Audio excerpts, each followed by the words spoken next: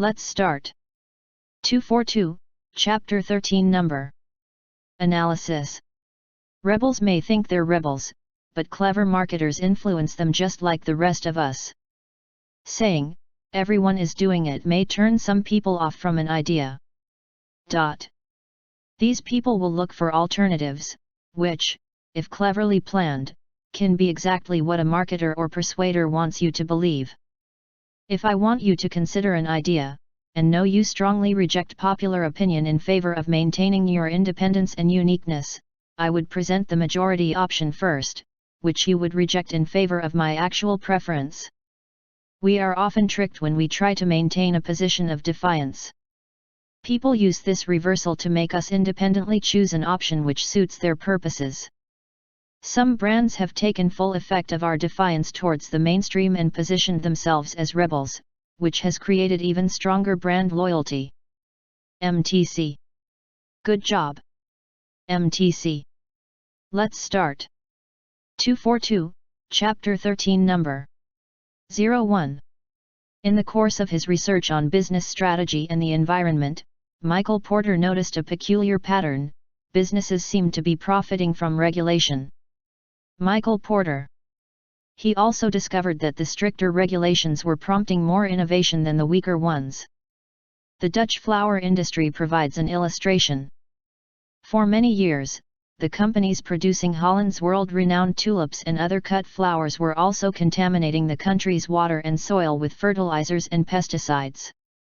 In 1991, the Dutch government adopted a policy designed to cut pesticide use in half by 2000, a goal they ultimately achieved.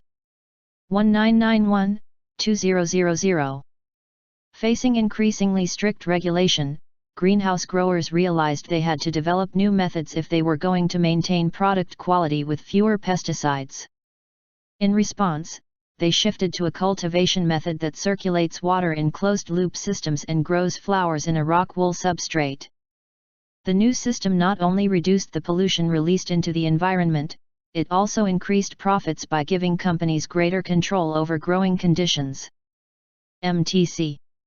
Good job. MTC. Let's start. 242, Chapter 13 Number. 02. It's hard to pay more for the speedy but highly skilled person, simply because there's less effort being observed. Two researchers once did a study in which they asked people how much they would pay for data recovery. They found that people would pay a little more for a greater quantity of rescued data, but what they were most sensitive to was the number of hours the technician worked. When the data recovery took only a few minutes, willingness to pay was low, but when it took more than a week to recover the same amount of data, people were willing to pay much more. Think about it. They were willing to pay more for the slower service with the same outcome. Fundamentally, when we value effort over outcome, we're paying for incompetence. Although it is actually irrational, we feel more rational, and more comfortable, paying for incompetence. MTC. Good job. MTC. Let's start. 242, Chapter 13 Number. 03. Free play is nature's means of teaching children that they are not helpless. In play, away from adults, children really do have control and can practice asserting it. In free play, children learn to make their own decisions, solve their own problems, create and follow rules, and get along with others as equals rather than as obedient or rebellious subordinates. In active outdoor play, children deliberately dose themselves with moderate amounts of fear, and they thereby learn how to control not only their bodies, but also their fear.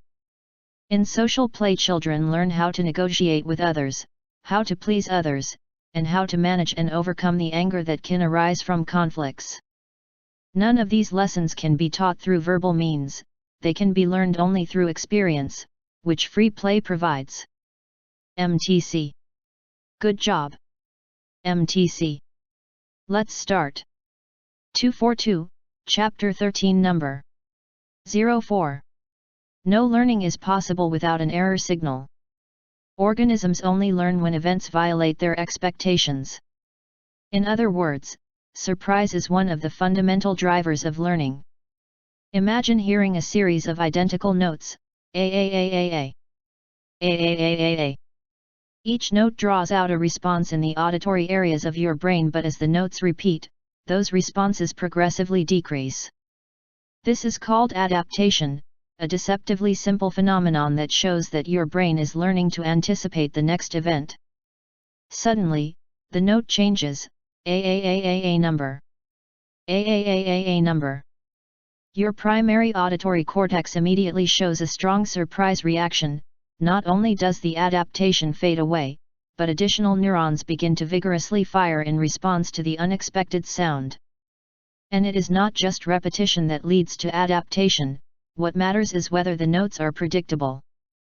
For instance, if you hear an alternating set of notes, such as a baba, your brain gets used to this alternation, and the activity in your auditory areas again decreases. Ababa. This time, however, it is an unexpected repetition, such as abab, that triggers a surprise response. Abab. MTC. Good job. MTC. Let's start. 242, Chapter 13, Number 05.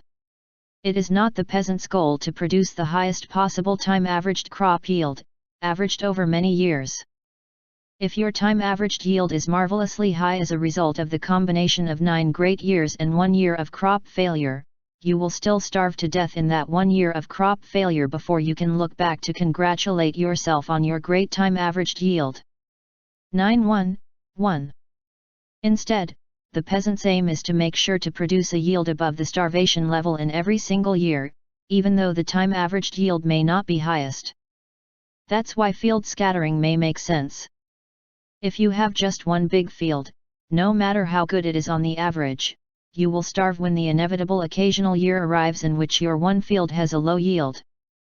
But if you have many different fields, varying independently of each other, then in any given year some of your fields will produce well even when your other fields are producing poorly. MTC. Good job. MTC. Let's start. 242, Chapter 13, Number 06. Followers can be defined by their position as subordinates or by their behavior of going along with leaders' wishes. But followers also have power to lead. Followers empower leaders as well as vice versa. This has led some leadership analysts like Ronald Heifetz to avoid using the word followers and refer to the others in a power relationship as citizens or constituents.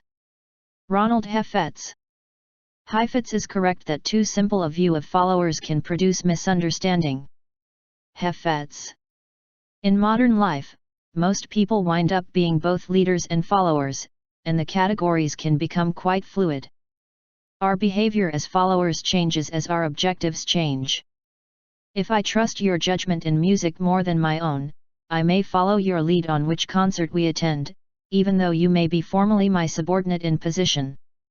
But if I am an expert on fishing, you may follow my lead on where we fish, regardless of our formal positions or the fact that I followed your lead on concerts yesterday. MTC. Good job. MTC. Let's start. 242, Chapter 13, Number 07. Around the boss, you will always find people coming across as friends, good subordinates, or even great sympathizers. But some do not truly belong. One day, an incident will blow their cover, and then you will know where they truly belong. When it is all cozy and safe, they will be there, loitering the corridors and fawning at the slightest opportunity. But as soon as difficulties arrive, they are the first to be found missing. And difficult times are the true test of loyalty. Dr. Martin Luther King said, "The ultimate test of a man is not where he stands in moments of comfort and convenience, but where he stands at times of challenge and controversy." Dr. Martin Luther King. And so be careful of friends who are always eager to take from you but reluctant to give back even in their little ways. If they lack the commitment to sail with you through difficult weather, then they are more likely to abandon your ship when it stops. MTC. Good job. MTC. Let's start. 242, Chapter 13, Number 08. When you're driving a car, your memory of how to operate the vehicle comes from one set of brain cells. The memory of how to navigate the streets to get to your destination springs from another set of neurons. The memory of driving rules and following street signs originates from another family of brain cells. And the thoughts and feelings you have about the driving experience itself, including any close calls with other cars, come from yet another group of cells. You do not have conscious awareness of all these separate mental plays and cognitive neural firings, yet they somehow work together in beautiful harmony to synthesize your overall experience. In fact, we don't even know the real difference between how we remember and how we think. But, we do know they are strongly intertwined. That is why truly improving memory can never simply be about using memory tricks, although they can be helpful in strengthening certain components of memory. Here's the bottom line: to improve and preserve memory at the cognitive level, you have to work on all functions of your brain. MTC. Good job. MTC. Let's start. 242, Chapter 13, Number 09. The elements any particular animal needs are relatively predictable. They are predictable based on the past. What an animal's ancestors needed is likely to be what that animal also needs. Taste preferences, therefore, can be hardwired. Consider sodium, Na. Na. The bodies of terrestrial vertebrates, including those of mammals, tend to have a concentration of sodium nearly 50 times that of the primary producers on land, plants. 50. This is, in part, because vertebrates evolved in the sea and so evolved cells dependent upon the ingredients that were common in the sea, including sodium. To remedy the difference between their needs for sodium and that available in plants, herbivores can eat 50 times more plant material than they otherwise need, and eliminate the excess. 50. Or they can seek out other sources of sodium. The salt taste receptor rewards animals for doing the latter, seeking out salt in order to satisfy their great need. MTC. Good job. MTC. Let's start. 242, Chapter 13, Number 10. Philosophical activity is based on the recognition of ignorance. The philosopher's thirst for knowledge is shown through attempts to find better answers to questions even if those answers are never found. At the same time, a philosopher also knows that being too sure can hinder the discovery of other and better possibilities. In a philosophical dialogue, the participants are aware that there are things they do not know or understand. The goal of the dialogue is to arrive at a conception that one did not know or understand beforehand. In traditional schools, where philosophy is not present, students often work with factual questions. They learn specific content listed in the curriculum, and they are not required to solve philosophical problems. However, we know that awareness of what one does not know can be a good way to acquire knowledge. Knowledge and understanding are developed through thinking and talking. Putting things into words makes things clearer. Therefore, students must not be afraid of saying something wrong or talking without first being sure that they are right. MTC. Good job. MTC. Let's start. 242, Chapter 13, Number 11. The tendency for one purchase to lead to another one has a name: the Diderot effect. Diderot. The Diderot effect states that obtaining a new possession often creates a spiral of consumption that leads to additional purchases. Diderot. You can spot this pattern everywhere. You buy a dress and have to get new shoes and earrings to match. You buy a toy for your child and soon find yourself purchasing all of the accessories that go with it. It's a chain reaction of purchases. Many human behaviors follow this cycle. You often decide what to do next based on what you have just finished doing.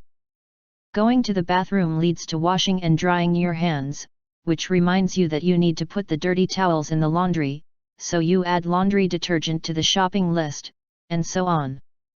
No behavior happens in isolation. Each action becomes a cue that triggers the next behavior. MTC. Good job. MTC. Let's start. 242, Chapter 13, Number 12. Even the most respectable of all musical institutions, the symphony orchestra, carries inside its DNA the legacy of the hunt. DNA. The various instruments in the orchestra can be traced back to these primitive origins. Their earliest forms were made either from the animal, horn, hide, gut, bone, or the weapons employed in bringing the animal under control, stick, bow. Are we wrong to hear this history in the music itself, in the formidable aggression and awe-inspiring assertiveness of those monumental symphonies that remain the core repertoire of the world's leading orchestras? Listening to Beethoven, Brahms, Mahler, Bruckner, Berlioz, Tchaikovsky, Shostakovich, and other great composers, I can easily summon up images of bands of men starting to chase animals, using sound as a source and symbol of dominance, an expression of the will to predatory power. MTC. Good job. MTC. Let's start. 242, Chapter 13, Number 13. Over 4.5 billion years ago, the Earth's primordial atmosphere was probably largely water vapor, carbon dioxide, sulfur dioxide, and nitrogen. 4.5. The appearance and subsequent evolution of exceedingly primitive living organisms, bacteria-like microbes and simple single-celled plants, began to change the atmosphere, liberating oxygen and breaking down carbon dioxide and sulfur dioxide. This made it possible for higher organisms to develop. When the earliest known plant cells with nuclei evolved about 2 billion years ago, the atmosphere seems to have had only about 1% of its present content of oxygen. 1%. With the emergence of the first land plants, about 500 million years ago, oxygen reached about 1/3 of its present concentration. 531. It had risen to almost its present level by about 370 million years ago, when animals first spread onto land. 37. Today's atmosphere is thus not just a requirement to sustain life as we know it, it is also a consequence of life. MTC. Good job. MTC. Let's start. 242, Chapter 13, Number 14. Firms in almost every industry tend to be clustered. Suppose you threw darts at random on a map of the United States. You'd find the holes left by the darts to be more or less evenly distributed across the map. But the real map of any given industry looks nothing like that. It looks more as if someone had thrown all the darts in the same place. This is probably in part because of reputation. Buyers may be suspicious of a software firm in the middle of the cornfields. It would also be hard to recruit workers if every time you needed a new employee you had to persuade someone to move across the country, rather than just poach one from your neighbor. There are also regulatory reasons. Zoning laws often try to concentrate dirty industries in one place and restaurants and bars in another. Finally, people in the same industry often have similar preferences. Computer engineers like coffee, financiers show off with expensive bottles of wine. Concentration makes it easier to provide the amenities they like. MTC. Good job. MTC. Let's start. 242, Chapter 13, Number 15. When is the right time for the predator to consume the fruit? The plant uses the color of the fruit to signal to predators that it is ripe, which means that the seed's hull has hardened and therefore the sugar content is at its height. Incredibly, the plant has chosen to manufacture fructose, instead of glucose, as the sugar in the fruit. Glucose raises insulin levels in primates and humans, which initially raises levels of leptin, a hunger-blocking hormone, but fructose does not. As a result, the predator never receives the normal message that it is full. That makes for a win-win for predator and prey. The animal obtains more calories, and because it keeps eating more and more fruit and therefore more seeds, the plant has a better chance of distributing more of its babies. MTC. Good job. MTC. Let's start. 242, Chapter 13, Number 16. We are often faced with high-level decisions, where we are unable to predict the results of those decisions. In such situations, most people end up quitting the option altogether, because the stakes are high and results are very unpredictable. But there is a solution for this. You should use the process of testing the option on a smaller scale. In many situations, it's wise to dip your toe in the water rather than dive in head first. Recently, I was about to enroll in an expensive coaching program. But I was not fully convinced of how the outcome would be. Therefore, I used this process by enrolling in a low-cost mini-course with the same instructor. This helped me understand his methodology, style, and content, and I was able to test it with a lower investment, and less time and effort before committing fully to the expensive program. MTC. Good job!